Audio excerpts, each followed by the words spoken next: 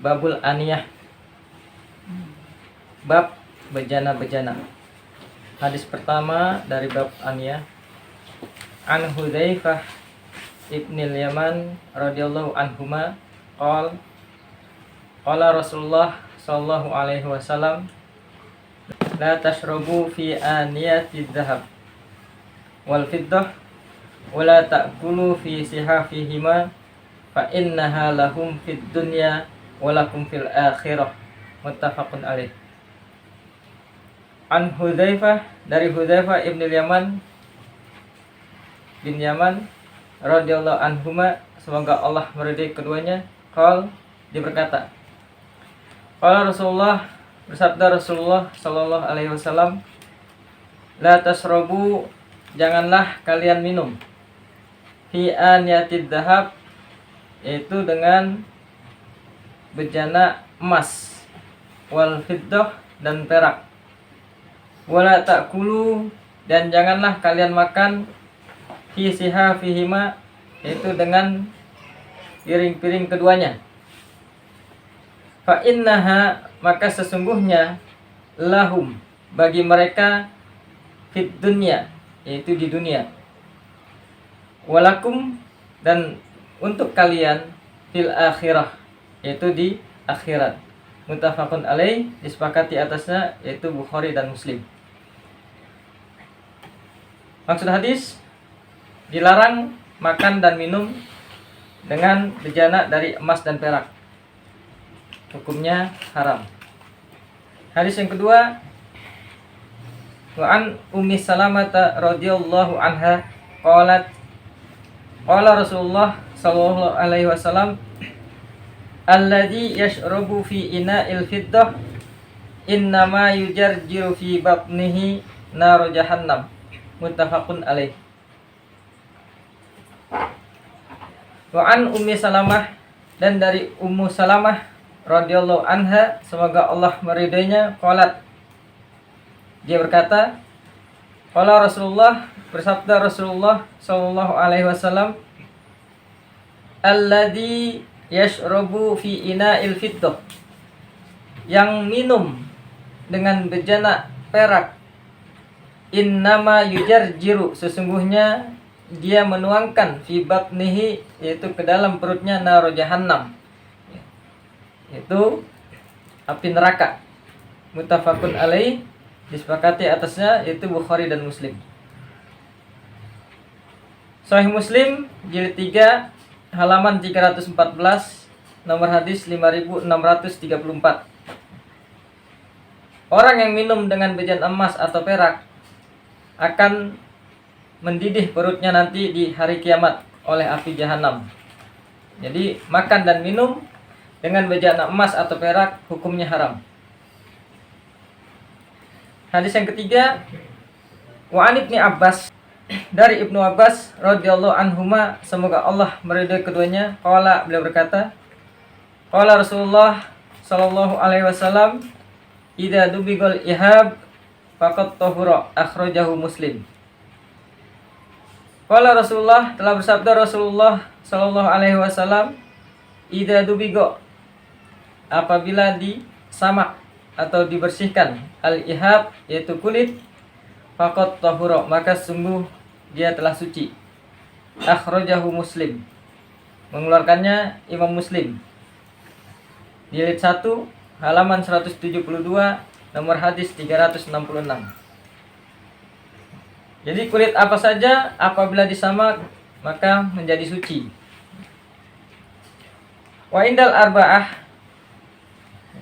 di sisi imam yang 4, ayyuma ihabin dubigo, apa saja kulit yang disamak.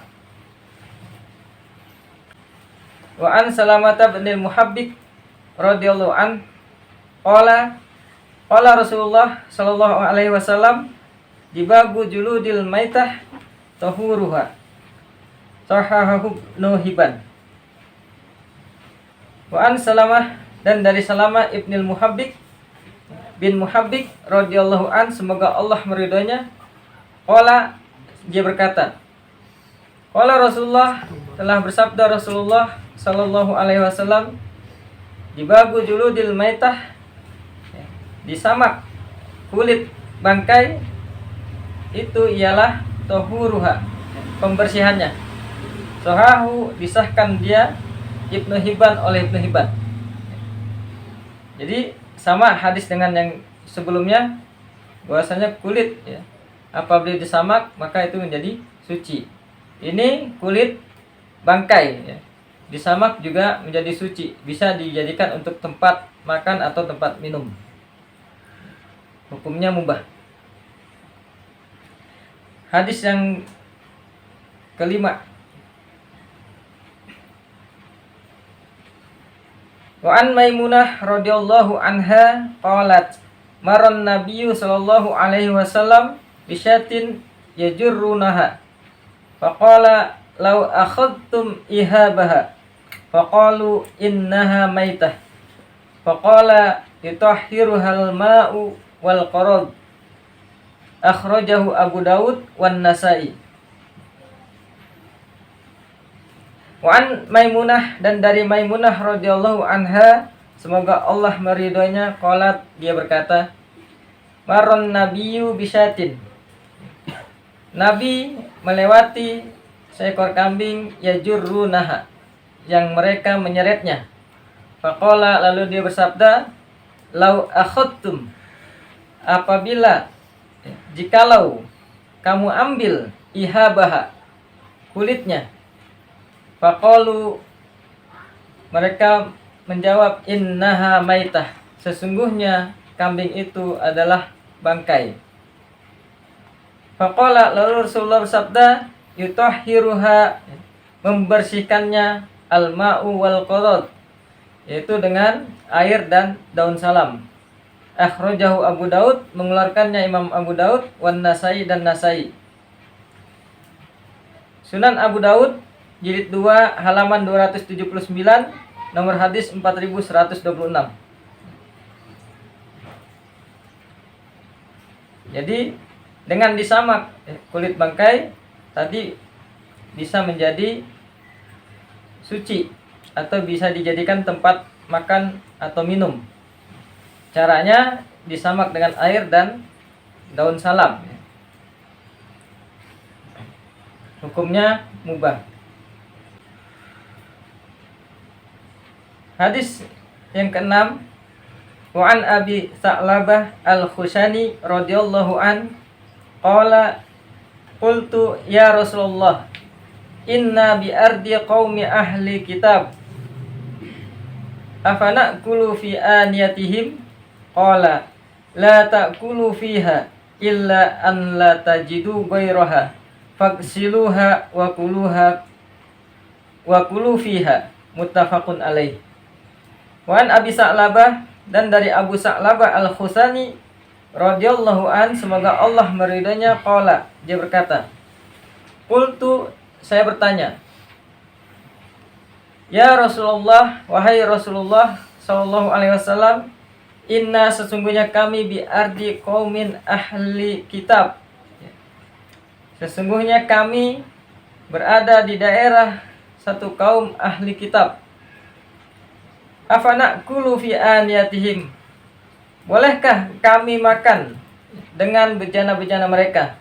Qala, Rasulullah menjawab, la takulu fiha, jangan kalian makan dengan piring mereka. Illa, kecuali, an la tajidu, bahwasanya kamu tidak mendapati ghairaha, selainnya. Faksiluha, maka cucilah dia, wa kulu fiha, dan makanlah dengannya. Muttafaqun alaih, disepakati atasnya, yaitu Bukhari dan Muslim. Sahih Bukhari jilid 3 halaman 271, nomor hadis 5478. Sahih Muslim jilid 2 halaman 232, nomor hadis 1930. Boleh memakai bejana orang kafir untuk makan dan minum, dengan syarat dicuci lebih dahulu. Hadis nomor 7, wa an Imran bin Husain radhiyallahu an, anna Nabiyya sallallahu alaihi wasallam wa ashabahu tawaddu'u min mazadah imra'atin musyrikatin. Muttafaqun alaih fi hadisin tawilin. Wa an Imran bin Husain, dari Imran bin Husain radhiyallahu an, semoga Allah meridhoinya, annan nabiyya, bahwasanya Nabi sallallahu alaihi wasallam, wa ashabahu, dan sahabat-sahabatnya, tawaddu, mereka berwudu, min mazadati, yaitu dari tempat penampungan air, imro'atin musyrikatin, ya, seorang perempuan yang musyrik. Muttafaqun alaih, disepakati atasnya, yaitu Bukhari dan Muslim, fi hadisin tawil, yaitu dengan di dalam hadis yang panjang. Jadi boleh berwudu dari bejana orang musyrik, karena bejana ini hanya untuk menampung air. Jadi boleh berwudu dengan air yang dari tempat orang musyrik. Hadis yang ke-8, wa an Anas bin Malik radhiyallahu an, anna qadahan Nabi sallallahu alaihi wasallam inkasara fattakhadha makana sa'bi silsilatan min fiddah. Akhrajahul Bukhari. Wa an Anas, dan dari Anas ibni Malik bin Malik radhiyallahu an, semoga Allah meridhoinya, anna qadahan Nabi, bahwasanya tempat, ya, Nabi sallallahu alaihi wasallam, inkasara, retak. Ini tempat buat makan atau minum.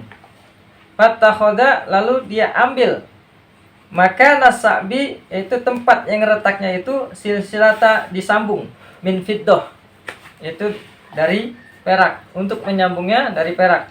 Akhrajahul Bukhari, meriwayatkannya Imam Bukhari. Jilid 2 halaman 57, nomor hadis 3109.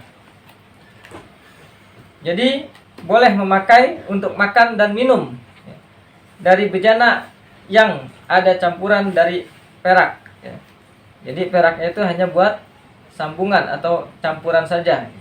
Tapi kalau tempat yang asli dari perak atau emas itu tidak boleh. Tapi ini hanya untuk sambungan saja. Jadi hukumnya mubah.